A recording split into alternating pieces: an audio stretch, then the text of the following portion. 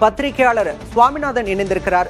சுவாமிநாதன், எப்படியாவது தாவேக்காவை கூட்டணிக்குள்ள கொண்டு வரணும் அப்படிங்கிற தீவிர முயற்சியில பாஜக ஈடுபட்டிருப்பதா டெல்லி வட்டார தகவல்கள் கூறுகின்றன. ஒரு பக்கம் பழனிசாமி பாராமுகத்தில் இருப்பதாகவும் சொல்லப்படுகிறது. தாவேக்கா கூட்டணிக்கு வருவது சாத்தியமா? பாஜகவோட முயற்சி சாத்தியமாகுமா? இந்த பாஜக எடுப்பது பலகட்ட முயற்சிகள், அந்த முயற்சிகள் கைகூடுமா என்பது ஒரு கேள்விக்குறி அப்படின்னு தான் நான் பாக்குறேன். கிட்டத்தட்ட கடந்த 2 நாட்களா நான் உங்க புதிய தலைமுறை நேர்பட பேச்சு நிகழ்வில் பேசுகிற பொழுதும் இந்த கருத்தை தான் தெரிவித்திருந்தேன்.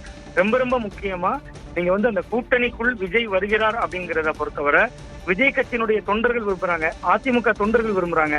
ஆனா இந்த 2 கட்சியினுடைய தலைமைத்துவமும் விரும்புதா அப்படிங்கிறது தொடர்ந்து ஒரு கேள்விக்குறியாகத்தான் நான் பார்த்து வருகிறேன். அது ஏன் அப்படின்னு பாத்தீங்கன்னா, இப்ப எடப்பாடி பழனிசாமி அவர்கள் விஜய் வர்றாருன்னா ஒரு கணிசமான எண்ணிக்கையிலான இடங்களை விட்டுக் கொடுக்கணும். அப்படியான ஒரு இடத்தை அவர் விட்டுக் கொடுக்கிற பொழுதே அது ஒரு கூட்டணி ஆட்சிக்கான அச்சாரமாகிவிடும். நீங்க விஜய் குறைந்தபட்சம் ஒரு 40 தொகுதிக்குள்ள கூட்டு வந்தா கூட அந்த அணிக்குள்ள ஏற்கனவே அமமுக இருக்கிறாங்க. கிட்டத்தட்ட வேறு சில பல கட்சிகள், பாஜக ஏற்கனவே காங்கிரஸ் கட்சி 28 தொகுதிகள் வாங்கிட்டாங்க திமுகவிடம். அப்ப அதே எண்ணிக்கையிலான இடங்களையாவது பாஜக உறுதிப்படுத்த கேட்பாங்க. அப்படியெல்லாம் நீங்க கூட்டி கழித்து பார்த்தா 100 தொகுதிகள் வரையும் விட்டுக் கொடுக்க வேண்டிய சூழல் வரும்.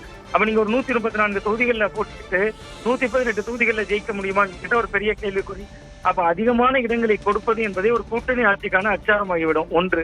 இரண்டாவது, விஜய் கட்சிக்கான ஒரு பெரிய மைலேஜ் கிடைக்கும். இது ரெண்டையுமே எடப்பாடி பழனிசாமி அவர்களுடைய தரப்பு முதல்ல விரும்புவது குறைவாக இருக்கும். இன்னொரு தரப்பு விஜய் தரப்பை பொறுத்தவரை அவர் துணை முதல்வருக்காகவோ ஒரு எதிர்கட்சி தலைவர் என்கிற அந்தஸ்திற்காகவோ அரசியல் களத்திற்குள்ள வரல. அவர் எத்தனை சமரசங்கள் செய்ய முடியும்? ஒருவர் தமிழக வெற்றி கழகம் என்பது கிட்டத்தட்ட இந்த அணிக்குள் செல்ல வேண்டும் என்று சொன்னால் முதல்ல கொள்கை எதிரியோடு சமரசம், அடுத்ததாக முதல்வர் இருக்கை திமுகவுக்கும் தாவேக்காவுக்கும் தான் போட்டி என்று சொன்னவர் நாளைக்கு ஒரு பிரச்சார கூட்டங்கள் நடக்கிறது என்றால் எடப்பாடி பழனிசாமி அவர்களை முதல்வராக முன்னிறுத்தி அவர் பிரச்சாரம் செய்ய வேண்டிய சூழல் வரும். நீங்க 2011 அதிமுகவை முன்னிறுத்தி ஏற்கனவே விஜய் மக்கள் இயக்கம் களம் கண்ட இயக்கம் தான். பட் அன்றைக்கு இருந்த விஜய் செல்வாக்கு என்ன, இன்றைக்கு இருக்கிற விஜயனுடைய செல்வாக்கு என்ன? சோ அவர் களத்தில் அவர் தனக்கும் திமுகவும் தான் போட்டி என்று சொல்லிவிட்டார். இன்னொரு பக்கத்துல முதல்வர் இருக்கையைத்தான் தன்னுடைய இலக்கு என்றும் அவர் களமாடி வருகிறார். சோ அப்படியான சூழல் அதிலையும் சமரசம் செய்யணும்.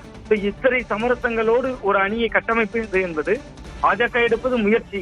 பட் அதுல தமிழக வெற்றி கழகம் உடன்படுவார்களா என்பது ஒரு கேள்விக்குறியாக தான் நான் பாக்குறேன். அதுல தாவேக்காவுக்கு மட்டுமல்ல, 2 தலைமைகளுக்குமே பிரச்சனை இருக்கும். பாஜகவை பொறுத்தவரை என்ன நினைக்கிறாங்கன்னா, தமிழகத்தில் கால் ஊன்றணும்னு நினைக்கிறாங்க.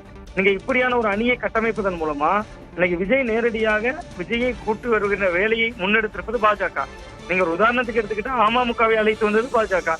அப்ப விஜயையும் இவர்கள் தான் கூட்டி வந்தார்கள்னா நம்ம அதிமுகவுடைய பொதுக்குழு தீர்மானத்தை நம்ம ஒரு முறை திரும்பி பார்க்க வேண்டியிருக்கு. அதிமுகவுடைய பொதுக்குழுல கடந்த டிசம்பர் மாதம் நடந்த அந்த பொதுக்குழுல 4வது தீர்மானம் ஒன்று போட்டிருந்தாங்க. கூட்டணிக்கு அதிமுக தான் தலைமை, கூட்டணியில் இடம்பெறும் கட்சிகளையும் நாங்க தான் முடிவெடுப்போம் அப்படின்னு சொல்லியிருந்தாங்க. இப்ப பாருங்க, பாஜக அழைத்து வரும்னு நம்ம இந்த நாள்ல பேசிட்டு இருக்கோம். சோ அப்ப அந்த இடமே அதிமுகவுக்கான ஒரு மைனஸ் தான். நீங்க விஜய் அவர்கள் அழைத்து வந்தாலும் கணிசமான இடத்தை விஜய்க்கு வாங்கி கொடுத்தாலும் பாஜகவினுடைய கை அதில் ஓங்குவதற்கான ஒரு வாய்ப்பும் இருக்கு. இதெல்லாம் 2 கட்சிகளுக்கும் நிறுவன தரும். நீங்க இன்னொன்னு எதிர்கட்சி தலைவர் என்று பேச தொடங்கியிருக்காங்க. நீங்க துணை முதல்வருக்கு பவன் கல்யாணை வைத்து முயற்சி எடுத்தார்கள். துணை முதல்வர் பதவியை அவர் ஏற்க மறுக்கிறார். அப்ப எதிர்கட்சி தலைவர் 2011 விஜயகாந்த் அவர்கள் வகித்த பதவி. நீங்க விஜயகாந்த் பாலியில நீங்க ஒரு 41 சீட்டை வாங்கிட்டு கூட வரலாம் அப்படிங்கிற ஒரு சமீட்சை தான். பட் எதிர்கட்சி தலைவர் என்பது இன்னைக்கு அதனுடைய மதிப்பீடுகளை அவர் பார்த்து வருகிறார். விஜய் தனக்கு முதல்வர் இருக்க வேண்டும் என்றுதான் அவர் களத்திற்கு வந்தார். நீங்க இந்த கூட்டணியிலே சந்தித்து விட்டு எதிர்கட்சி இருக்கையிலிருந்து எவ்வளவு வீரியமான அரசியலை முன்னெடுக்க முடியும்? இன்னொன்னு, பாஜக தான் மத்தியில் இருக்க போகிறது, அவர்களுடைய கூட்டணி தான் மாநிலத்தில் ஆளுங்கட்சியாக இருக்க போனா அதை எதிர்த்து எப்படி எதிர்கட்சி அரசியலை வீரியமாக செயல்படுத்த முடியும்? இப்படி பல கேள்விகள் விஜய்க்கு இருக்கலாம். இந்த அணி என்பது பாஜக எடுப்பது முயற்சியாக இருக்கும்.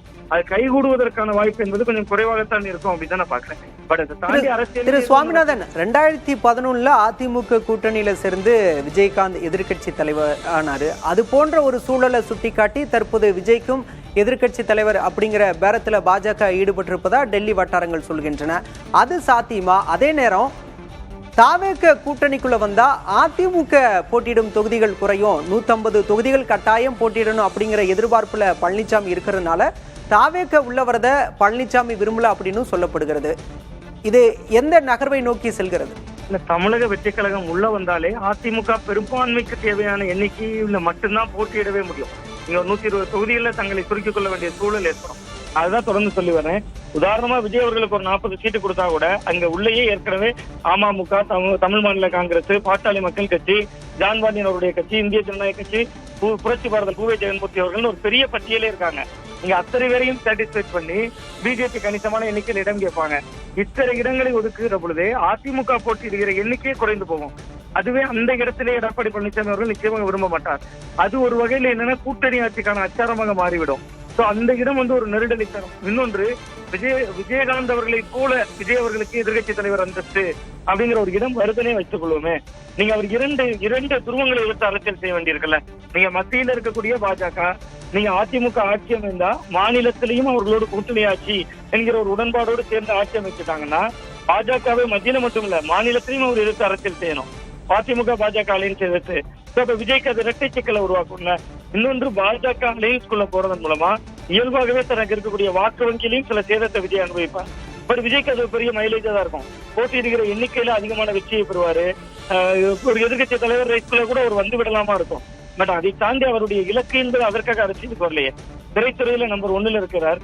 அந்த 1 என்கிற இடத்தை விட்டு அவர் நகர்ந்து வருகிறார். நகர்ந்து வந்து இங்க இயல்பாகவே நம்பர் 2 ஆயிடுறாருல. நீங்க தேர்தல் முடிவுகளுக்கு அப்புறம் தான் எதிர்கட்சி தலைவர், அது 2வது நிலை. நீங்க எடப்பாடி பழனிசாமி அவர்களோடு கைகோர்த்து ஒரு பிரச்சாரத்துக்கு போகிறாருல, அந்த இடமே அவருக்கு 2வது இடம் தானே. இந்த கூட்டணிக்கு தலைமை எடப்பாடி பழனிசாமி அவர்கள், அதிமுக. அப்ப விஜய் தேர்தலுக்கு முன்பே 2வது இடத்துக்கு போய் விடுகிறாரு. சோ அந்த இடம் விஜய் அவர்களுக்கு நிச்சயமா நெருடலாக இருக்கும். சோ பாஜக முயற்சி செய்கிறார்கள். அந்த முயற்சி கைகூடுவதற்கான வாய்ப்பு என்பது கொஞ்சம் குறைவாக தான் இருக்கும். பட் அரசியல் எதுவும் நடக்கலாம் என்கிற அடிப்படையில பாஜக தொடர் முயற்சிகளை முன்னெடுக்கிறாங்க. இறுதி முயற்சி இதுதான் உச்சகட்ட முயற்சியாக இருக்கும் அப்படின்னு பாக்குறேன். பொறுத்திருந்து பார்க்கலாம் என்டிஏ கூட்டணியில் விசில் பறக்குமா என்பதை. உங்களுடைய கருத்து பகிர்வுக்கு நன்றி திரு சுவாமிநாதன்.